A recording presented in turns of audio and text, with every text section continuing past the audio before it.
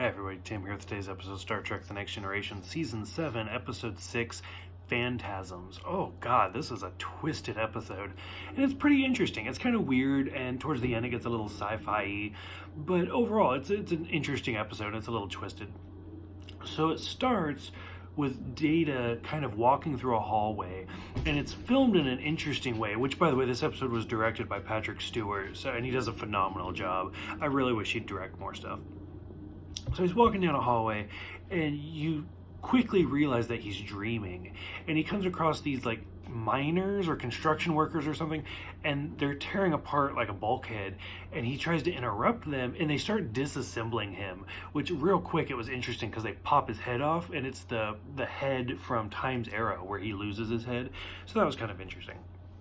And so you realize that Data's having a nightmare, which, for those that don't watch the videos or don't watch Star Trek, that goes back to the Birthright, specifically Birthright Part 1, where Data now has the ability to dream.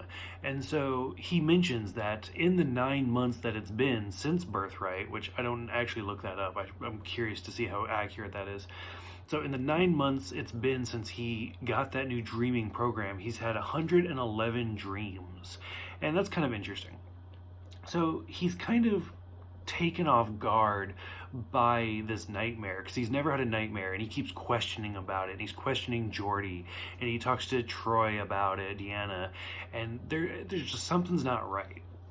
Now, during all of this, the new warp core that they just had installed is not functioning properly. So already, as a viewer, as somebody who's watched all of this Star Trek, you can tell that there's going to be a correlation there, but whatever.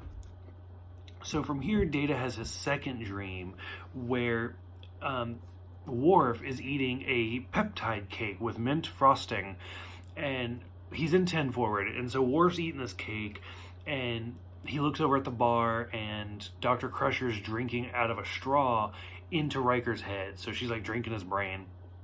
And you can keep hearing this phone ring over and over and over again.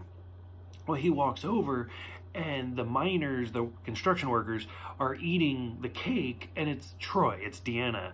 So again, something's weird. So from here, he actually goes to the holodeck to create a program of Freud, which is some great dialogue where he's talking about, like, oh, I was cutting into Troy with a knife, and Freud's like, how big was the knife? And I mean, us as an adult, we're all like, oh, that's a dick joke. So it's kind of interesting. And then it's also kind of funny that he talks about, like, oh, this is all sexual, whatever, and it has to do with your mother.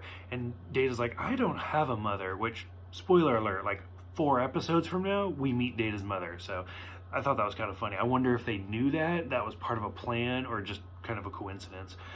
And so we go into Data's third dream, where things are finally becoming more apparent and things are actually becoming more obvious. Where Geordi, he sees a mouth on Geordi's neck. And again, there's the phone ringing and all of this other stuff. And it turns out that he's awake during this. So now he's having a waking dream. And this is the most twisted part of this whole episode. And I guess over in like Europe and stuff, this scene was actually edited a little bit, where he follows Deanna into one of the turbo lifts, and he starts like stabbing her because he sees a mouth on her and he's trying to cut it out. So it was intense, even for me watching. I was like, damn, it's like Psycho. Like it was weird. So of course, like, Data just attacked somebody, so he's relieved of command, and it's a really kind of touching moment because he gives Spot to Worf to take care of, and he's like, tell him he's a pretty cat, tell him he's a good cat, feed him this special. It's adorable, it's really cute. And Worf, like, God bless Michael Dorn, he's just holding his cat while it's like freaking out, so it was kind of cute.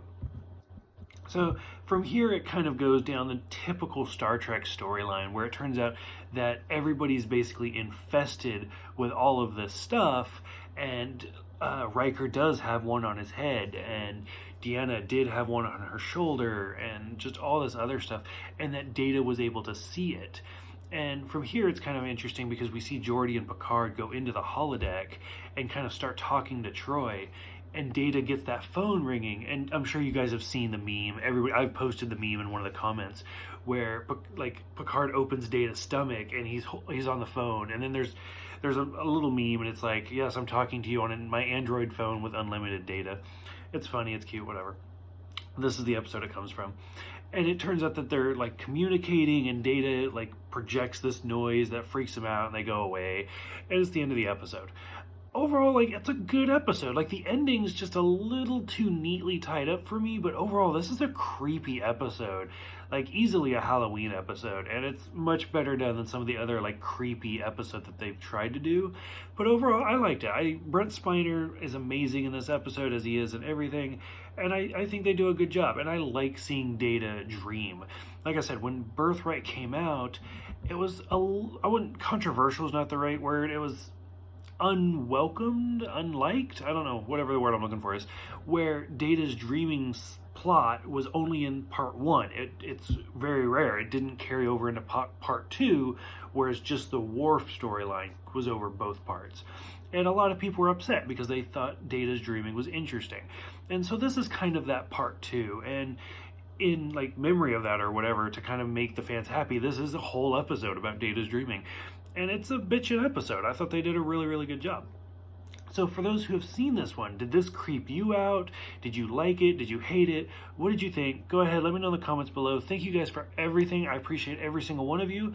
And I will see you guys next time for arguably a much creepier episode, Dark Page.